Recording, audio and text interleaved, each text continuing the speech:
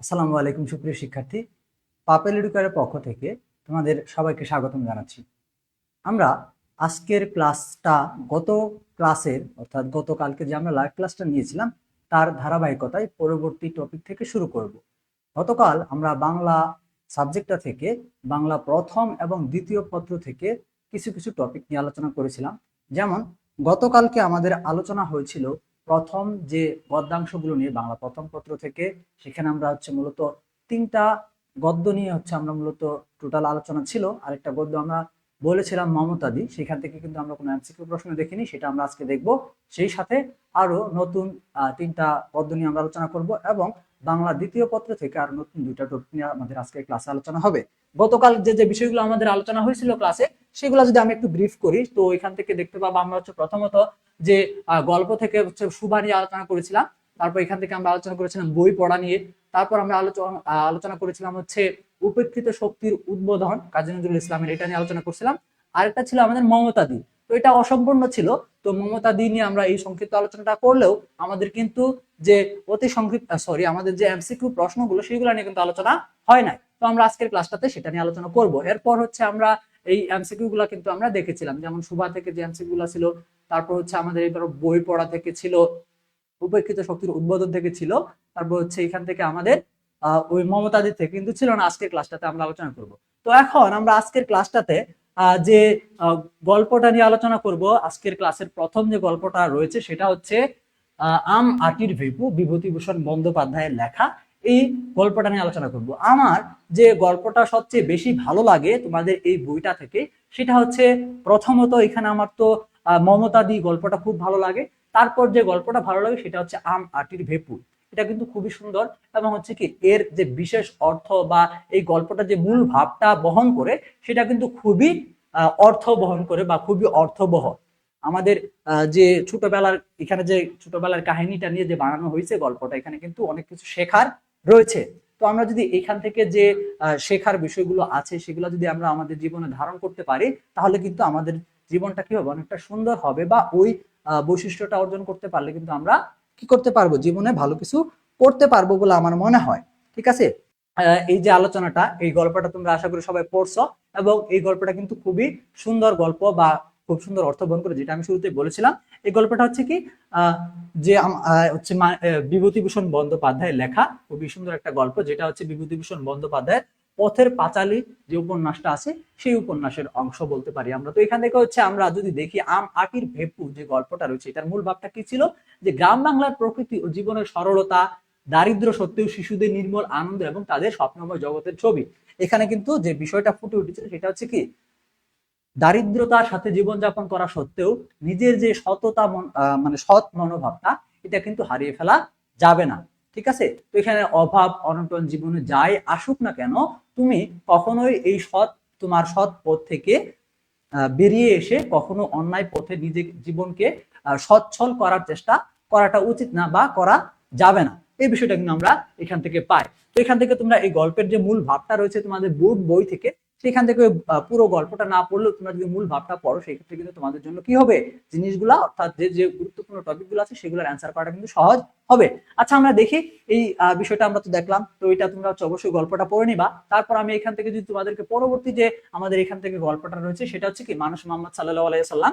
তো এটা মোহাম্মদ শহীদুল্লাহর লেখা একটা কি আমাদের মহানবী হযরত মুহাম্মদ সাল্লাল্লাহু আলাইহি সাল্লামের জীবনীর উপর, তার বিশেষ কিছু গুণের উপর, ঠিক আছে, বিশেষ কিছু গুণের উপর এই লেখাটা বা এই গল্পটা কি করা হয়েছে, লেখা হয়েছে। এখানে কিন্তু মূলত মোহাম্মদ সাল্লাল্লাহু আলাইহি সাল্লামের সকল গুণকে কি করা হয় না, প্রাধান্য দেওয়া হয় না। এখান থেকে বিশেষ করে তার সত্যবাদিতা, সততা, এই ধরনের কিছু গুণাবলী, বিশেষ কিছু গুণাবলীকে প্রাধান্য দিয়ে এই গল্পটা কি করা হয়েছে, লেখা হয়েছে। যেখানে আমরা যদি দেখি যে মানুষ মোহাম্মদ সাল্লাল্লাহু আলাইহি সাল্লাম প্রবন্ধে তিনি হযরত মুহাম্মদ সাল্লাল্লাহু আলাইহি সাল্লামকে কেবল একজন ধর্মীয় নেতা হিসেবে নয়, বরং একজন আদর্শ মানুষ হিসেবে তুলে ধরেছেন। এইখানে আমাদের শেষ নবী হযরত মুহাম্মদ সাল্লাল্লাহু আলাইহি সাল্লামকে কিন্তু শুধুমাত্র একজন ধর্মীয় নেতা বা রাসূল বা নবী হিসেবেই কিন্তু উল্লেখ করা হয় নাই, তার যে সৎ গুণাবলী বা একজন আদর্শ ব্যক্তিত্ব ফুটে উঠেছে বা যে আদর্শ ব্যক্তিত্বটা, সেটাকে কিন্তু প্রাধান্য দেওয়া হয়েছে। একজন সৎ ব্যক্তি বা একজন যে আদর্শ ব্যক্তি, সে যে ধর্মেরই হোক না কেন, তার এই গুণাবলী গুলো কিন্তু আমরা কি করতে পারি, নিজেদের জীবনে প্রতিফলিত করতে পারি। ঠিক আছে, তো এই বিশেষ দিকটার উপর ভিত্তি করে মূলত আমাদের এই গল্পটাকে সিলেবাস অন্তর্ভুক্ত বা এই গল্পটা কি করা হয়েছে, লেখা হয়েছে। আচ্ছা, এখান থেকে আমরা কি করব দেখে নিব। এরপর যদি আমরা দেখি এই যে উৎসটা, এই গল্পের যে উৎসটা সেটা হচ্ছে মূলত আমাদের আমাদের নবী প্রবন্ধ থেকে হচ্ছে নেওয়া হয়েছে, যেখানে হচ্ছে কবি মোহাম্মদ শহীদুল্লাহ যে আমাদের নবী প্রবন্ধ রয়েছে, যেখানে হচ্ছে সম্পূর্ণ আলোচনা রয়েছে, সেইখান থেকে একটা অংশ হচ্ছে মানুষ মোহাম্মদ সাল্লাল্লাহু আলাইহি ওয়াসাল্লাম। ঠিক আছে। আচ্ছা, এরপর আসো আমাদের পরবর্তী যে গল্পটা রয়েছে, মেবি আমাদের হুমায়ুন স্যারের, হুমায়ুন আহমেদ, আমার সবচেয়ে প্রিয় লেখক, বাংলা সাহিত্যের আমার প্রিয় লেখক হচ্ছে হুমায়ুন আহমেদ, মানে গল্প বা উপন্যাসের দিক থেকে, এবং কবিতা বা বিদ্রোহ এই টাইপের দিক থেকে আমার প্রিয় হচ্ছে কাজী নজরুল ইসলাম। আচ্ছা, এখানে হচ্ছে আমাদের যে গল্পের যে টপিকটা, ঠিক আছে, সেই গল্পের যে টপিকটা সেটা হচ্ছে মানুষ মোহাম্মদ সাল্লাল্লাহু আলাইহি সাল্লাম। এখানে হচ্ছে তুমি যদি ধর্মীয় দিকটাকে তুলে আনো, হযরত মোহাম্মদ সাল্লাল্লাহু আলাইহি সাল্লাম, হযরত বলতে কি এখানে হচ্ছে সম্মান সূচক একটা বাক্য, যেটাকে হচ্ছে হযরত হিসেবে উল্লেখ করা হয়। এখানে শুধুমাত্র যে নবী রাসূলদের নামের আগে হযরত বসে এরকম না, তাই তো। তো আমরা আসলে ধর্মীয় দিকে যাচ্ছি না, আমি কিন্তু তোমাদেরকে শুরুতেই বলে নিলাম এই বিষয়টা, যে আমাদের এইখানে হযরত মুহাম্মদ সাল্লাল্লাহু আলাইহি সাল্লামকে নিয়ে যে গল্পটা বা যে প্রবন্ধটা রচনা করা হয়েছে, সেখানে কিন্তু তাকে একজন ধর্মীয় নেতা হিসেবেই শুধু উল্লেখ করে নাই, তার যে মানবিক দিক, আদর্শ দিক, সৎ দিক, সত্যবাদিতা, এই বিষয়গুলোকে কিন্তু কি করা হয়েছে, উল্লেখ করা হয়েছে, বা এই জিনিসগুলোকে প্রাধান্য দেওয়া হয়েছে। আমরা হচ্ছে এখান থেকে হচ্ছে মানুষ মোহাম্মদ সাল্লাল্লাহু আলাইহি সাল্লাম নিয়ে দেখলাম। তারপর হচ্ছে নিয়তি থেকে আমাদের যে অংশটা দেওয়া আছে সেটা আমরা দেখে নিব, আমাদের ওই যে গল্পটা আছে সেটা দেখে মূল ভাবটা দেখে নিব। ওকে, এখন আসো আমাদের যে পরবর্তী যে অংশটা রয়েছে সেটা হচ্ছে এমসিকিউ। আমরা হচ্ছে যে যে বিষয়গুলো দেখলাম, আমাদের মমতাদি থেকে আমাদের এমসিকিউটা আজকের ক্লাসের জন্য শুরু হবে।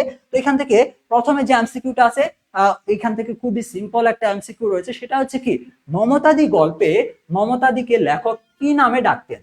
এটা তোমরা সবাই পারবা, এটা হচ্ছে আমাদের কি জটিল কোনো বিষয় না। তো তোমাদের একটা বিষয় খেয়াল রাখবা, তোমরা কিন্তু এই যে সহজ বিষয়গুলো, যে এমসিকিউ গুলা কি আছে সহজ এবং হচ্ছে কি জ্ঞানমূলক টাইপের, সেই ধরনের এমসিকিউ গুলাই তোমরা মূলত ভর্তি পরীক্ষায় পাবা। তোমাদের সেরকম জটিল এমসিকিউ থাকবে না, থাকবে সেটা হচ্ছে কি হচ্ছে একটা ভর্তি পরীক্ষার যে প্রশ্ন হয় সেখানে কিন্তু আমাদের এরকম হয়তো আমাদের কি 70 মার্কের পরীক্ষা, সেখান থেকে সাপোজ ধরো হচ্ছে আমাদের যে প্রথম যে 40 মার্কটা সেটা হবে খুব ইজি হবে, যেগুলো সবাই অ্যান্সার করার মতো হবে। তারপর বাকি 10 মার্ক বা 15 মার্ক এরকম থাকবে, যারা হচ্ছে একটু মিডিয়াম লেভেলের তারা অ্যান্সার করতে পারবে। তারপর হচ্ছে কি বাকি 10 মার্ক থাকবে এরকম যারা হচ্ছে একদম তাদের প্রিপারেশনটাকে 100% পরিপূর্ণ করছে, তারা সেগুলো অ্যান্সার করার সক্ষমতা রাখবে। তো সেই ক্ষেত্রে আমাদের ভর্তি পরীক্ষার যে 70 মার্কটা, এটা পেতে হইলে আমাদের কি করতে হবে, ভর্তি এই যে প্রস্তুতিটা, এটাকে শতভাগ পরিপূর্ণ করার কোনো বিকল্প নাই, বা পরিপূর্ণ করতে হবে। আমাদের এখান থেকে যে সঠিক অ্যান্সারটা সেটা হচ্ছে কি দিদি, অর্থাৎ গল্পে মমতাদিকে লেখক মূলত হচ্ছে দিদি বলে সম্বোধন করতো। কি বলে সম্বোধন করতো? দিদি বলে সম্বোধন করতো। ঠিক আছে, আমাদের সঠিক উত্তরটা হবে কি দিদি।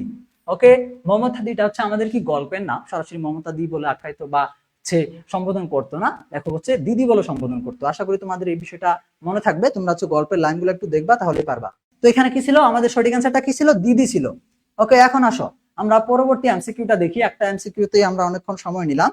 তো পরবর্তী যে এমসিকিউটা রয়েছে সেটা হচ্ছে যে মমতাদি লেখকের বাড়িতে কি কাজ করেন? আচ্ছা, এখানে একটা বিষয় খেয়াল করছো কিনা, আমাদের কিন্তু এখানে অপশন কয়বার ডাবল হয়ে গেছে, অপশন এখানেও আছে আবার অপশন এখানেও আছে। ওরে বাবা, এখানে 4টা 4টা 8টা অপশন, যদি একই অপশন। তো দেখো তো এখানে কি বলছে, যে মমতাদি লেখকের বাড়িতে কি কাজ করতেন। মমতাদি লেখকের বাড়িতে কি কাজ করতেন, এটা আমরা সবাই পারবো। আচ্ছা, আমি তোমাদেরকে এই যে গল্পের যে মূল ভাবটা আমি দেখাইছিলাম সেই দিন, তোমাদের গল্পের মূল ভাবটা কি মনে আছে? গল্পের মূল ভাবে আমরা কি পড়ছিলাম দেখো তো, আমরা প্রশ্নের অ্যান্সার পড়ে যাবো, মূল ভাবটা দেখো। কোথায় মমতাদি, কোথায় মমতাদি, এই যে মমতাদি, এই যে দেখো এখান থেকে হচ্ছে কি, দারিদ্রতার কষাঘাতে জর্জরিত একজন গৃহকর্মী আত্মসম্মান বোধ এবং হচ্ছে মানসিক মূল্যবোধের প্রকাশ ঘটছে এই গল্পটার মাধ্যমে। কার? একজন গৃহকর্মী। এখানে প্রধান চরিত্রকে মমতাদি, মমতাদি হচ্ছে আমাদের কি প্রধান চরিত্র। আর এই প্রধান চরিত্র যেহেতু এখানে আমাদের গল্পে হচ্ছে কি একজন গৃহকর্মীর আত্মসম্মান বোধ এবং হচ্ছে কি মানবিক মূল্যবোধ এর যে দিকটা সেটা ফুটে উঠছে, তাহলে অবশ্যই সেটা প্রধান চরিত্রের দিকে ফুটে উঠছে। এবং প্রধান চরিত্র হচ্ছে আমাদের মমতাদি, তার মানে এখান থেকে গৃহকর্মী বলতে মমতাদিকে বোঝানো হয়েছে। আর এখানে হচ্ছে কি আমাদের যে প্রশ্নের উত্তরটা হবে, তাহলে কি প্রশ্নের উত্তরটা তাহলে কি হবে, এখান থেকে হচ্ছে বাগান পরিচর্যাটাও হবে না। এখান থেকে তোমরা রাঁধুনি আর হচ্ছে গৃহকর্মীটাতে বেশি জোর দিয়েছ। তবে এখানে হচ্ছে আমাদের যে সঠিক অপশনটা হবে সেটা হচ্ছে কি গৃহকর্মী। মূলত মমতাদি হচ্ছে শুধুমাত্র যে রান্না বান্নার কাজই করতো তাই না, অর্থাৎ গৃহস্থলীয় যত রকমের কাজকর্ম আছে, অর্থাৎ তার যে এখানে যে তার উল্লেখযোগ্য দিকটা সেটা হচ্ছে কি গৃহকর্মী, বা তিনি হচ্ছে মূলত গৃহকর্মী হিসেবে কাজ করতেন। ঠিক আছে, আচ্ছা তাহলে আমাদের সঠিক অপশনটা কি হবে? গৃহকর্মী। এরপর আসো আমাদের পরবর্তী যে এমসিকিউটা রয়েছে সেটা কোথায় থেকে আসে? আম আটির ভেপু যে গল্পটা রয়েছে সেই আম আটির ভেপু গল্প থেকে প্রথম এমসিকিউটা বা 1 নাম্বার এমসিকিউটা তোমরা দেখতে পারো। তো এখানে 1 নাম্বার এমসিকিউ যেটা আছে সেটা হলো যে আম আটির ভেপু গল্পটি বিভূতিভূষণ বন্দ্যোপাধ্যায়ের কোন উপন্যাসের অংশ বিশেষ? আম আটির ভেপু যে গল্পটা এটা কোন উপন্যাসের অংশ বিশেষ বলো? আমরা কিন্তু এটা দেখছি বা আমরা শুরুতে কিন্তু আলোচনা করে ফেলছি যে পথের পাঁচালী এই উপন্যাসের অংশ, বা এই উপন্যাস থেকে হচ্ছে এই আম আটির ভেপু যে গল্পটা এটা কিন্তু কি করা হয়েছে, নেওয়া হয়েছে। তার মানে আমাদের এই যে আম আটির ভেপু থেকে যে 1 নাম্বার এমসিকিউ, আম আটির ভেপু থেকে যে 1 নাম্বার এমসিকিউটা সেটার সঠিক অপশন বা সঠিক উত্তর হচ্ছে পথের পাঁচালী। ওকে, আচ্ছা তাহলে এখান থেকে আমাদের সঠিক অপশনটা কি ছিল? পথের পাঁচালী। ওকে, এটার ব্যাখ্যাও দেওয়া থাকার কথা। সঠিক উত্তরটা হচ্ছে পথের পাঁচালী, যেখানে হচ্ছে আম আটির ভেপু গল্পটি বিভূতিভূষণ বন্দ্যোপাধ্যায়ের বিখ্যাত উপন্যাস পথের পাঁচালী এর অংশ বিশেষ। তাহলে দেখো তো এখান থেকে যদি আমাদের প্রশ্ন হয় এরকম যে নিচের কোনটি বিভূতিভূষণ বন্দ্যোপাধ্যায়ের উপন্যাস, বা পথের পাঁচালী উপন্যাসটি কার লেখা, এরকম দিয়ে এমসিকিউ যদি দেয় আর যদি অপশন দিয়ে দেয় আমরা পারবো কিনা? আমরা কিন্তু পারবো। এই যে ব্যাখ্যাগুলো দেওয়া আছে বা এই যে ব্যাখ্যাগুলো পড়ার যে উপকারিতা সেটা হচ্ছে কি, তুমি যখন একটা উত্তরের বা একটা এমসিকিউ এর ব্যাখ্যা দেখো তখন ওই ব্যাখ্যার উপর ভিত্তি করে কিন্তু আমাদের একাধিক প্রশ্ন করার বা একাধিক এমসিকিউ সলভ করার কিন্তু একটা কি হয়, একটা যোগ্যতা বা একটা ক্যাপাবিলিটি অর্জন হয়। যেখানে আমরা এই এমসিকিউটা যদি ঘুরিয়ে দেয় যে পথের পাঁচালী কার লেখা উপন্যাস, বা পথের পাঁচালী কোন ধরনের রচনা, উপন্যাস, ছোট গল্প, কবিতা নাকি হচ্ছে প্রবন্ধ, এরকম যদি হয় তাহলে কিন্তু এই জিনিসটা কি করতে পারবো, আমরা ধরতে পারবো বা অ্যান্সার করতে পারবো বলে আমি মনে করি। আমি এখন হচ্ছে পরবর্তী এমসিকিউটা দেখি। পরবর্তী এমসিকিউটা কি আছে? আমাদের পরবর্তী এমসিকিউটা হচ্ছে যে দুর্গা ও অপু কোথায় বসে নতুন অভিজ্ঞতা লাভ করছিল? দুর্গা এবং কি অপু, এই যে দুইটা বিশেষ চরিত্র আমাদের আম আটি ভেপু গল্পের, দুই বিশেষ চরিত্র কোথায় বসে নতুন অভিজ্ঞতা লাভ করছিল? এখানে আমবাগান, নদীর ধারে, ভাঙা বাড়ির নির্জন কোণে, নাকি হচ্ছে স্কুলের মাঠে? বলো এখানে এই দুর্গা ও অপু কোথায় বসে তাদের নতুন অভিজ্ঞতা বা এই যে আমাদের প্রশ্নটা বলছে সেটা অ্যান্সারটা কি হবে? আমাদের 4টা অপশন আছে, 4টা অপশনের মধ্যে সঠিক অপশন কি হবে? তো দেখি আমাদের সঠিক অ্যান্সার কোনটা হবে এখান থেকে। তো আমরা যদি দেখি এখান থেকে আমাদের যে এই প্রশ্নের সঠিক অ্যান্সারটা সেটা হচ্ছে কি গ নাম্বারটা। তো এখানে তোমরা যারা আম আটি ভেপু গল্পের সাথে মিল আছে বিধায় তোমরা আম বাগান বলেছ, তাদের অপশনটা কিন্তু এখানে ভুল হয়ে গেল। ঠিক আছে, দেখো তো এটা কি বলছে। এখানে হচ্ছে মূলত গল্পে দেখা গেছে যে দুর্গা ও অপু তাদের যে ভাঙা বাড়িটা ছিল, ভাঙা বাড়ির নির্জন কোণে, সেখানে হচ্ছে মূলত বসে কি করতো, নিজেদের মধ্যে আলোচনা বা একটা নতুন জগৎ তৈরি করেছিল। তারা হচ্ছে তাদের বিশেষ আলোচনাগুলো, মিটিং, সভা, এই জিনিসগুলো তারা কোথায় করতো? তারা হচ্ছে মূলত এই ভাঙা, অর্থাৎ এই যে নির্জন ভাঙা বাড়ির যে নির্জন কোণটা ছিল সেখানে হচ্ছে তারা এই বিষয়গুলা বা এই তারা হচ্ছে সেখানে বসতো মূলত। তো এখানে বসে তারা হচ্ছে নতুন নতুন জিনিসের আবিষ্কার অথবা এখান থেকে নতুন নতুন অভিজ্ঞতা যে যে বিষয়গুলো উল্লেখ পাইছে সেটা কিন্তু এখানে আমাদের কি হয়েছে, উল্লেখিত হয়েছে।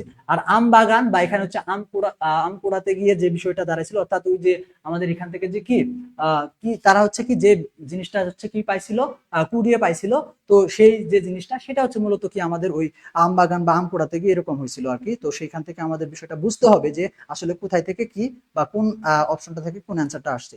আচ্ছা আমরা পরবর্তী এমসিকিউটা দেখি। পরবর্তী এমসিকিউ কি আছে? আমাদের পরবর্তী এমসিকিউটা হচ্ছে দুর্গা কি চুরি করে এনেছিল যা অপুর কাছে ছিল এক নতুন আবিষ্কার? এখানে নতুন আবিষ্কারটা কি ছিল? নতুন আবিষ্কারটা কি ছিল? এখানে আমাদের অপশন হচ্ছে এখানে কি হলো, এটা আমাদের অ্যান্সার সহ চলে আসছে।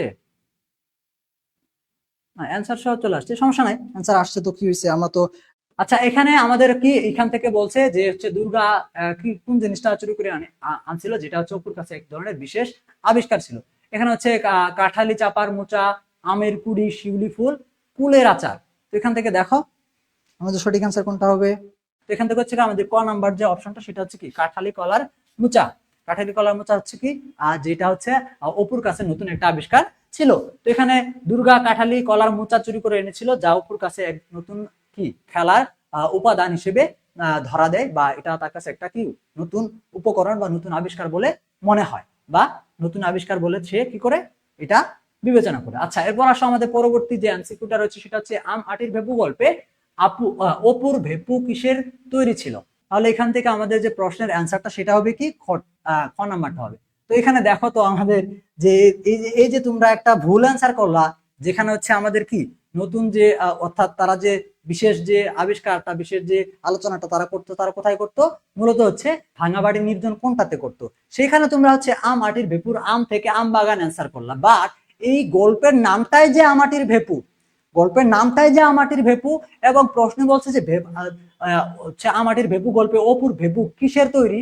তো এখানে ভেপু আসতেছে, আবার গল্পের নামই লেখা হচ্ছে আমাটির ভেপু। আমাটির ভেপু মানে কি? মাটির তৈরি ভেপু। ভেপু মানে কি? বাঁশি। ভেপু মানে বাঁশি। তোমরা হচ্ছে আমের আটি দিয়ে হচ্ছে এটা হচ্ছে মূলত হচ্ছে আম খাওয়ার পর আমের আটির উপর যে একটা আবরণ থাকে, তো এই আবরণটা উঠানোর পর একটা কি নরম একটা স্তর বের হয়, সেটা হচ্ছে কি ঘষে ঘষে হচ্ছে একটু ইয়ে করা যায়, তারপর ওটাকে কি মুখে ফু দিলে বাঁশি বাজে। এরকম একটা, তোমরা করেছো কিনা জানি না, তবে আমি করেছিলাম। তো ওইটাই হচ্ছে মূলত আম আটির তৈরি হচ্ছে ভেপু, এবং এইখানে আমাদের এই যে অ্যান্সারটা সেটা হবে কি আম আটির তৈরি। আর সঠিক অ্যান্সারটা ছিল কোনটা? আমাদের এখানে হচ্ছে আম আটিটা ছিল হচ্ছে কি সঠিক উত্তর। আমরা হচ্ছে পরবর্তী এমসিকিউটাতে চলে যাই। পরবর্তী এমসিকিউটা কি আছে আমাদের? 5 নম্বর এমসিকিউ, যেটা যে এই গল্পে বিভূতিভূষণ বন্দ্যোপাধ্যায় মূলত কোন বিষয়কে তুলে ধরেছেন। আমি কিন্তু তোমাদের শুরুতেই বলেছিলাম যে আম আটির ভেপু গল্পটা আমার কাছে কিন্তু এই বইয়ের যে আমাদের কি আছে গল্পগুলো আছে তার মধ্যে অন্যতম পছন্দনীয় একটা গল্প। তো এই যে গল্পটা প্রথমত হচ্ছে মমতা দি, তারপর হচ্ছে আমাদের এই আম আটির ভেপুটা। তো এখানে যে বিষয়টা উল্লেখ পাইছে, এটা পছন্দের কারণটা হচ্ছে যে মূল ভাবটা বা যে দিকটা প্রকাশ পাইছে সেটার জন্য। তো এখানে কি কি আছে? গ্রামীণ দারিদ্র, তারপর হচ্ছে এখানে বলছে শহুর জীবনের জটিলতা, তারপর হচ্ছে গ নাম্বারটা যদি দেখো গ্রাম বাংলার সহজ সরল শৈশব ও প্রকৃতির সঙ্গে তার সম্পর্ক, কিশোর কিশোরীর মনস্তত্ত্ব। এখানে দেখো তো আমাদের সঠিক অপশনটা কি হবে? ওকে, এখন হচ্ছে আমাদের পরবর্তী এখান থেকে হচ্ছে আমাদের অ্যান্সারটা কি? তোমরা সবাই গ নাম্বারটা বলতেছিল। ওকে, তাহলে আমাদের এখান থেকে যে সঠিক অপশনটা সেটা কিন্তু মূলত হচ্ছে গ নাম্বারটা হচ্ছে কি আমাদের সঠিক উত্তর। অর্থাৎ এখানে হচ্ছে কি, এখানে হচ্ছে এই গল্পের যে মূল ভাবার্থটা বা বিশেষ অর্থটা সেখানে হচ্ছে কি গ্রামীণ যে সামাজিক জীবন যাত্রা, সেখানে হচ্ছে শৈশব কালটা হচ্ছে এখানে প্রাধান্য পাইছে। তো ওই শৈশব কালের যে শিশুরা ছিল তারা হচ্ছে কি সে শিশুরা বা আমাদের শৈশব কালটা অবশ্যই সহজ সরল হিসেবে আমাদের কাটে। তো তাদের মধ্যে যে সহজ এবং সরলতাটা, এটা হচ্ছে প্রকৃতির সাথে কি তাদের যে এই মিল বন্ধনটা সেটা কি পাইছে এখানে হচ্ছে উল্লেখ পাইছে, বা এখানে হচ্ছে ফুটে উঠছে তাদের কৌতূহলী মনোভাব বা কোনো একটা নতুন জিনিসের প্রতি তাদের আগ্রহ। তারপরে এখানে যে তাদের যে সততার একটা দিক, বিশেষ যে দিকটা সততার একটা দিক, এই জিনিসগুলা কিন্তু এখানে কি পাইছে প্রাধান্য পাইছে বা উঠে আসছে। এই কারণে হচ্ছে মূলত আমার এই গল্পটা ভালো লাগে। এরপর আসলে আমাদের পরবর্তী যে এমসিকিউটা রয়েছে সেটা দেখি আমরা। আমাদের পরবর্তী এমসিকিউটা হচ্ছে নিয়তি গল্পটি হুমায়ুন আহমেদের কোন সংকলন থেকে নেওয়া হয়েছে। ওকে, এটা হচ্ছে তারপর হচ্ছে আমাদের ঘ নাম্বার দেওয়া হচ্ছে হিমুর হাতে কয়েকটি নীলপদ্ম। এখান থেকে হচ্ছে কি আমাদের এই যে নৃপেন্দ্রনাথ ও অন্যান্য যে গল্প সমগ্র বা যে অংশটা রয়েছে এই অংশ থেকে আমাদের কি করা হয়েছে, এই নিয়তি গল্পটা সংকলন করা হয়েছে, গ নাম্বারটা। এখন হচ্ছে আমরা আমাদের এই যে বাংলা নিয়তি পর্যন্ত হচ্ছে আমাদের কি ছিল, আজকের আলোচনাটা ছিল বাংলা প্রথম পত্র থেকে। এখন হচ্ছে বাংলা দ্বিতীয় পত্র থেকে আমরা কিছু দুইটা টপিক আমরা রেখেছি, দেখি আমরা কতটুকু আলোচনা করতে পারি। আমরা হচ্ছে গতকালকে যে আলোচনাগুলো করছিলাম বাংলা দ্বিতীয় পত্র থেকে বাংলা ভাষা নিয়ে আলোচনা করেছিলাম, বাংলা ভাষা যে টপিকটা ছিল সেটা। তারপর বাংলা ভাষার হচ্ছে আমরা কি এখান থেকে এমসিকিউ গুলা দেখেছিলাম এগুলো। তারপর হচ্ছে আমাদের ছিল হচ্ছে বাংলা ভাষা রীতি। ও বাংলা ভাষা রীতিটা নিয়ে আমাদের আলোচনা হয়। আমাদের একটা টপিক নিয়ে গতকালকে বা গত ক্লাসে আলোচনা হয়েছিল, সেটা হচ্ছিল কি শুধুমাত্র যে বাংলা ভাষাটা সেটা। আজকে আমরা হচ্ছে বাংলা ভাষার রীতি নিয়ে আলোচনা করব, বাংলা ভাষার রীতি। এবং আমাদের পরবর্তী আরেকটা টপিক আছে সেটা নিয়ে আমরা আলোচনা করতে পারি কিনা দেখবো। তার আগে আমরা হচ্ছে আজকে অন্যান্য আলোচনায় না গিয়ে আমরা বাংলা প্রথমটা যেভাবে শেষ করছি সেভাবে স্লোলি শেষ না করে আমরা একটু দ্রুত শেষ করার চেষ্টা করব।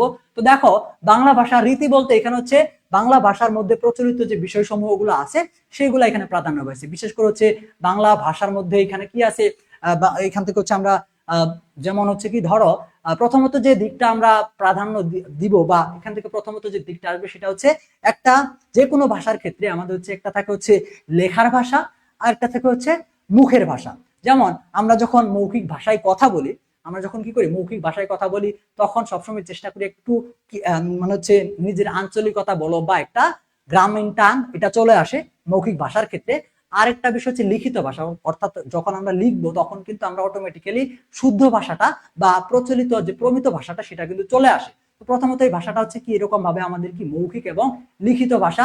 আবার এই যে লিখিত ভাষাটা রয়েছে, এই লিখিত ভাষার মধ্যে আবার দুইটা রীতি আছে, সেটা হচ্ছে একটা হচ্ছে কি সাধু রীতি, আর একটা হচ্ছে চলিত রীতি। সাধু রীতি এবং চলিত রীতি। তো সাধু রীতিটা কি?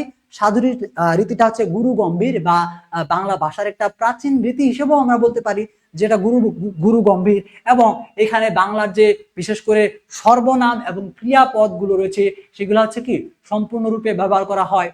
তো এখান থেকে আমরাও সেগুলাও বিস্তারিত ভাবে আলোচনা করবো, তবে আমি এখানে একটু ব্রিফ দিয়ে নিলাম। তো এখানে যদি দেখো, মূলত হচ্ছে বাংলা ভাষা রীতি বলতে মূলত বাংলা ভাষায় লেখার ও কথা বলা দুইটি প্রধান রূপ রয়েছে। লেখার রূপ এবং হচ্ছে কথা বলার রূপ, মৌখিক এবং লিখিত, যে বিষয়টা আমি বললাম। তো বা হচ্ছে এই যে বিষয়গুলা এটা হচ্ছে প্রাধান্য পায় রীতির ক্ষেত্রে।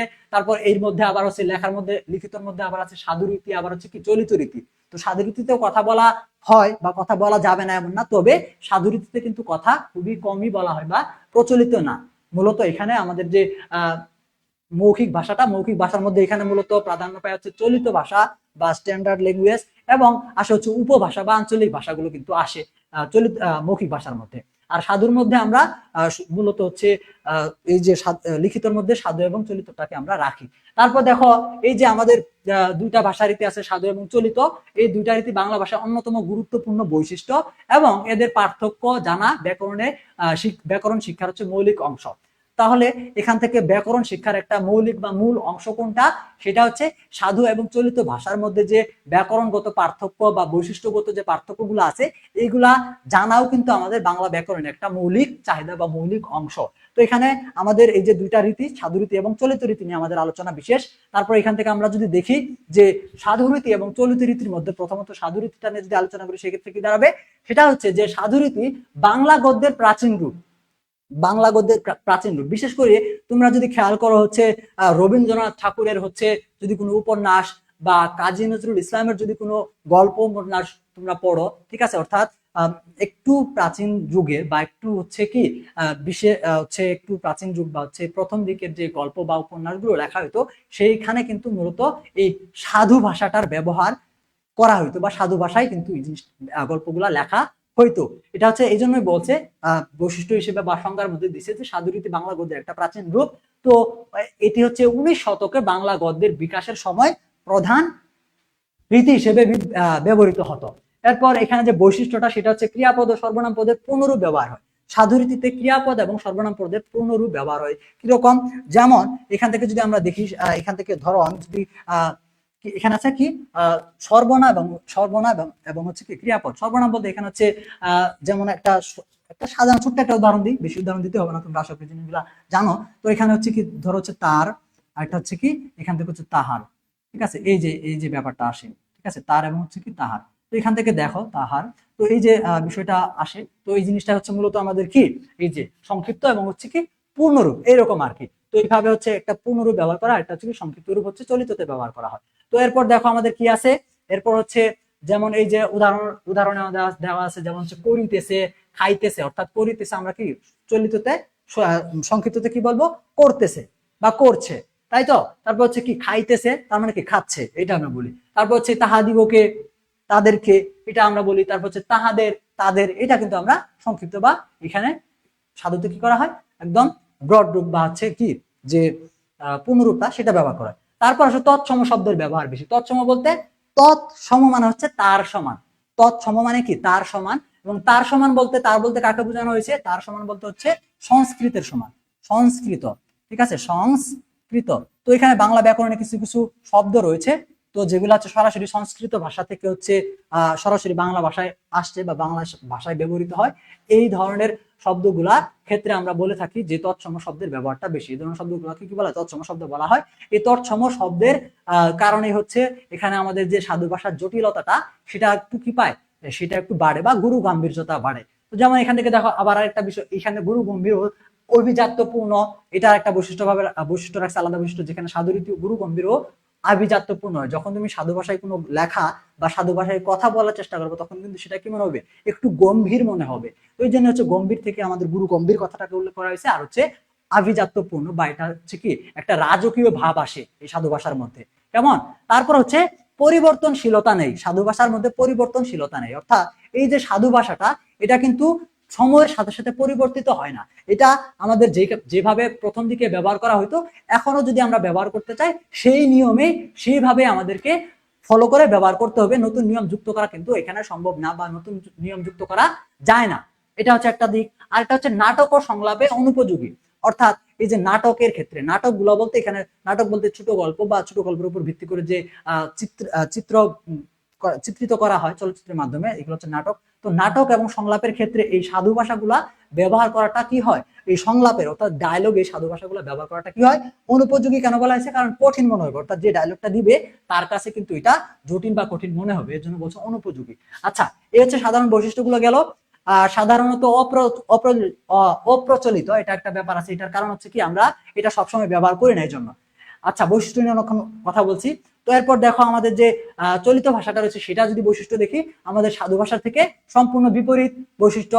এই যে ক্রিয়া এবং সর্বনামের সংক্ষিপ্ত রূপ, যেমন হচ্ছে কি এই যে করছে, করছে, খাচ্ছে, তাদের, ওদের, এরকম। তারপর হচ্ছে তদ্ভব শব্দ, দেশি শব্দ, বিদেশি শব্দের ব্যবহার বেশি, যেখানে আমাদের সাধুর ক্ষেত্রে কিন্তু তৎসম শব্দের ব্যবহার বেশি ছিল।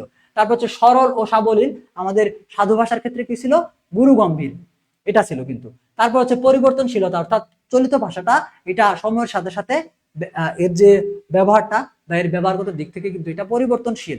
ঠিক আছে, তোমরা কিভাবে পরিবর্তনশীল দেখো, এখানে আমরা যদি দেখি এই যে করছে, খাচ্ছে, তাদের, তাহাদের, এরকম এই যে বিষয়গুলো আছে, এটা হচ্ছে একদম প্রমিত বা হচ্ছে স্ট্যান্ডার্ড ল্যাঙ্গুয়েজ। তবে আমরা যদি এটাকে কি করি, এলাকা ভিত্তিক বা আমরা যদি একটু অন্যরকম ভাবে কথা বলার চেষ্টা করি, ঠিক আছে, যেমন ধরো কি এখান থেকে করছে শব্দটা আছে, তুমি কি কাজটা করো, তুমি কি কাজটা কি করছো, তো করছো থেকে আমাদের কি আছে এরকম করবে, ঠিক আছে, তুমি কি কাজটা করবে। আমরা যদি একটা উদাহরণ দিই, এখান থেকে হচ্ছে করছে, তো একটা আমাদের কি বর্তমান ইয়ার বর্তমান কালের অংশ। আমরা যদি বলি করবে, এরকম যদি বলি, তো এখান থেকে করবে, করবে যে শব্দটা এটা একটা শুদ্ধ ভাষা, ঠিক আছে, চলিত।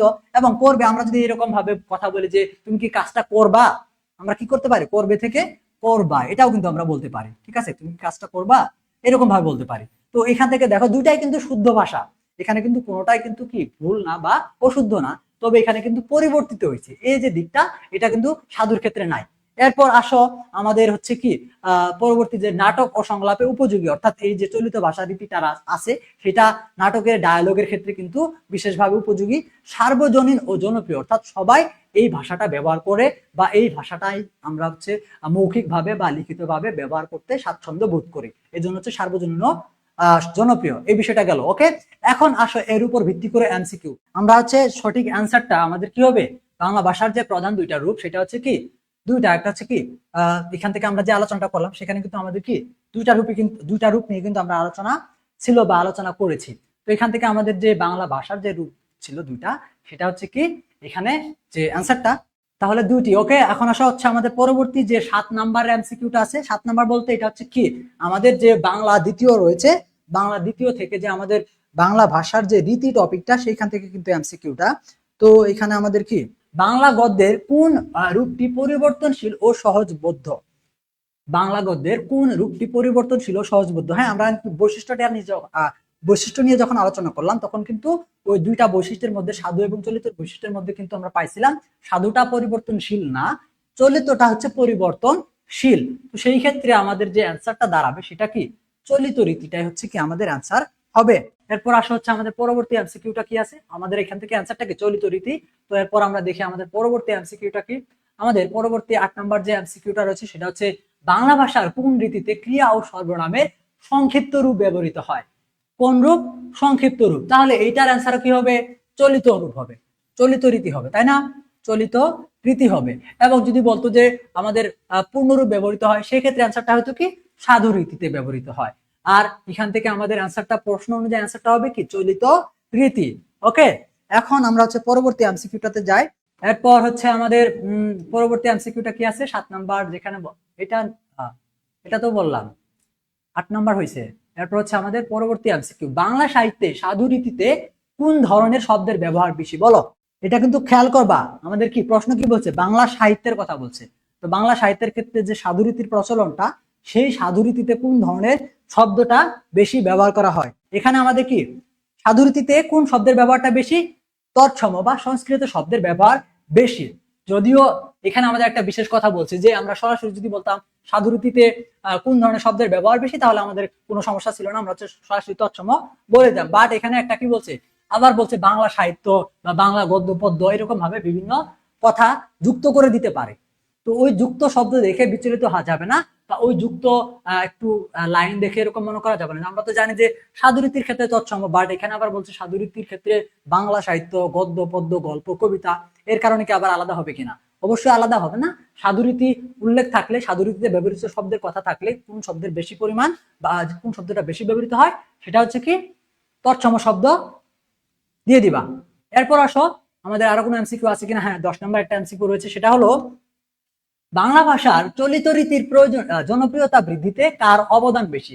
এখানে এই প্রশ্নটা কিন্তু একটু অন্যরকম ভাবে করা, ঠিক আছে? বাংলা ভাষার যে চলিত রীতিটা, এই চলিত রীতির জনপ্রিয়তাটা যে বাড়ছে, এই জনপ্রিয়তা বাড়ার পেছনে কার অবদান বা কোন কবির অবদান রয়েছে? এখানে ক নম্বরে প্রমোদ চৌধুরী দেওয়া আছে, আমাদের খ নম্বরে কাজী নজরুল ইসলাম, তারপর হচ্ছে এখানে আমাদের গ নম্বরে আছে মাইকেল মধুসূদন দত্ত এবং রবীন্দ্রনাথ ঠাকুর। তোমাদের যে বইটা আছে সেই বইতে কিন্তু সরাসরি এইভাবে দেওয়া ছিল না, ঠিক আছে? তবে আমি এখান থেকে তোমাদের বই থেকে প্রশ্নটা নিলেও এটাকে কিন্তু আমি কি করছি, এটাকে কিন্তু আমি একটু ঘুরাই দিয়েছি। তোমাদের বইতে কিন্তু অ্যান্সারটা প্রশ্নটা কিন্তু অন্যরকম ভাবে ছিল, যেখানে মূলত প্রমোদ চৌধুরীর একটা গ্রন্থকে হচ্ছে এখানে কি করা হয়েছিল, একটা প্রমোদ চৌধুরী হচ্ছে একটা প্রকাশিত একটা প্রবন্ধ ছিল, যে প্রকাশিত প্রবন্ধটা সে চলিত ভাষায় লেখা ছিল, এবং সেই প্রকাশিত প্রবন্ধটা হচ্ছে মানুষের কাছে পৌঁছানোর পর, সবাই পড়ার পর সেই ভাষাগত দিকটা বা লিখিত দিকটা কিন্তু সবার কাছে একটা জনপ্রিয়তা পাইছে, বা ওই জিনিসটা সবার কাছে পছন্দনীয় হয়েছে।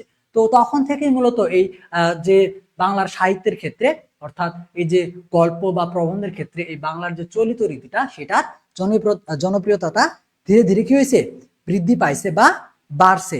ওকে, তাহলে আমাদের হচ্ছে কি এখান থেকে আমাদের এই প্রশ্নটা পর্যন্তই মেবি আজকের আলোচনা শেষ। হ্যাঁ, আমরা আগামীকাল বা আগামী ক্লাসে আমরা হচ্ছে বাংলা দ্বিতীয় পত্রের যে বাংলা ব্যাকরণ অংশটা রয়েছে সেই ব্যাকরণ অংশ থেকে আলোচনা করব, এবং আমাদের আরো কিন্তু বাংলা ব্যাকরণের মধ্যে কিন্তু আরো জটিল জটিল টপিক বা গুরুত্বপূর্ণ টপিক কিন্তু আসা বাকি রয়েছে, সেই ক্লাসগুলো কিন্তু আমরা কন্টিনিউ করব। ওকে, তো আজকের ক্লাসটা এই পর্যন্তই থাকবে। তো আজকের ক্লাসটাতে কি কি আলোচনা করলাম আমি একটু বলে নিই। বাংলা প্রথম থেকে আমরা হচ্ছে আলোচনা করেছি নতুন ভাবে হচ্ছে মমতাদি গল্প থেকে হচ্ছে আমরা যে এমসিকিউ গুলো ছিল সেটা আলোচনা করছিলাম।